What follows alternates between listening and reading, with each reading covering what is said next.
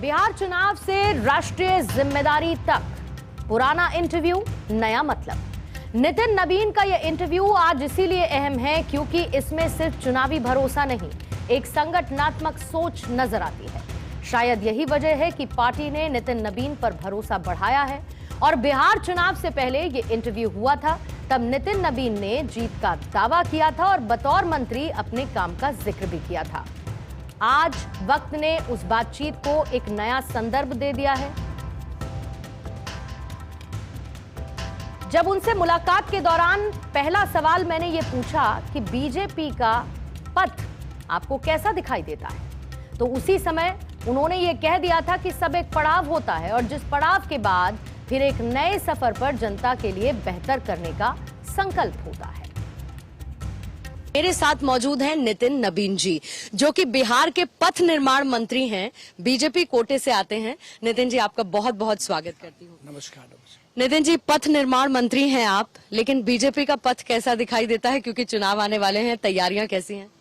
देखिए, बीजेपी का पथ तो जो साल भर 24x7 जिसका कैडर जनता के बीच में होता है और जिसका कैडर के साथ साथ जनता का जुड़ाव सीधा होता है, जिसके नेतृत्वकर्ता 24x7 काम करते हैं जनता के लिए, उसके लिए चुनाव कोई बहुत बड़ा चैलेंज नहीं होता है। एक पड़ाव होता है, जिस पड़ाव के बाद फिर नए सफर पे, नए विकास के दौर पे और फिर जनता के लिए और बेहतर करने का संकल्प होता है।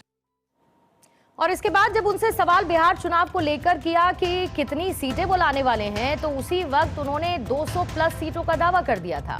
साथ ही पीके को लेकर, प्रशांत किशोर को लेकर पूछे गए सवाल पर उन्होंने क्या कहा, आपको भी सुनिएगा। कितनी सीटें लाने वाले हैं ये तो बता दें। 200 प्लस सीटें आएंगी।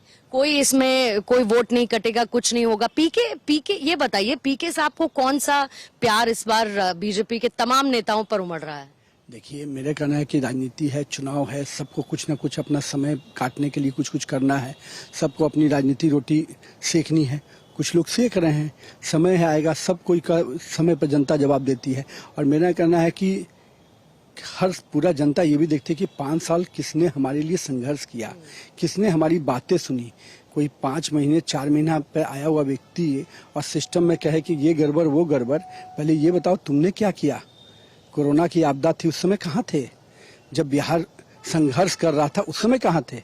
आज जब बिहार डेवलपमेंट के रथ पे आगे बढ़ रहा है तो किसी की बी टीम बनकर आप तो आने वाले हो नहीं, तो किसको लाने की चिंता में लगे हो?